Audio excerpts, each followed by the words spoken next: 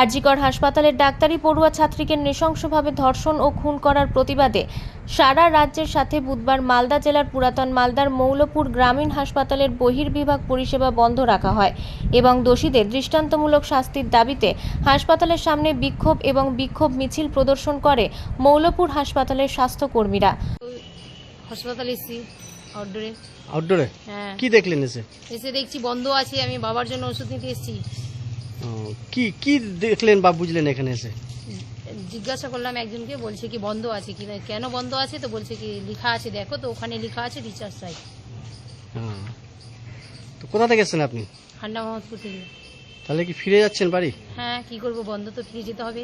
তবে হাসপাতালের ব্লক স্বাস্থ্য আধিকারিক জয়দীপ মজুমদার জানান, সারা রাজ্যের সাথে আমাদের হাসপাতালের বহির্বিভাগ পরিষেবা বন্ধ রয়েছে এবং আমরাও দোষীদের দৃষ্টান্তমূলক শাস্তির দাবি করছি।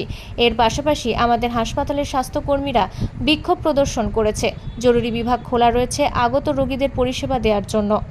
হ্যাঁ, আমি মৌলপুর হসপিটালের বিএমএইচ ডক্টর জয়দীপ মজুমদার।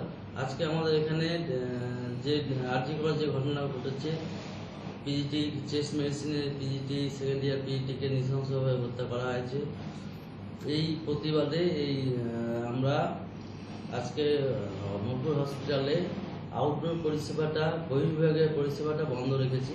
কিন্তু আমরা যাতে পেশেন্টদের অসুবিধা না হয়, তারা ঠিকমতো চিকিৎসা পায়, তার জন্য আমরা এমার্জেন্সি বিভাগটা খোলা রেখেছি এবং কন্টিনিউ সার্ভিস দিচ্ছি এবং আশা করছি আজকে আমরা আউটডোর বন্ধ করেছি, ঠিকই আছে, সার্ভিস বন্ধ রেখেছি, কিন্তু ইনডোর অন্তর্বিভাগ পরিষেবা বজায় থাকার জন্য কোনো পেশেন্টদের কোনো রকম অসুবিধা হতে দেবো না চিকিৎসা পারপাসে।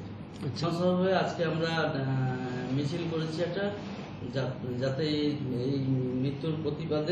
মালদা থেকে দেবু সিনহার রিপোর্ট, আনন্দ বার্তা।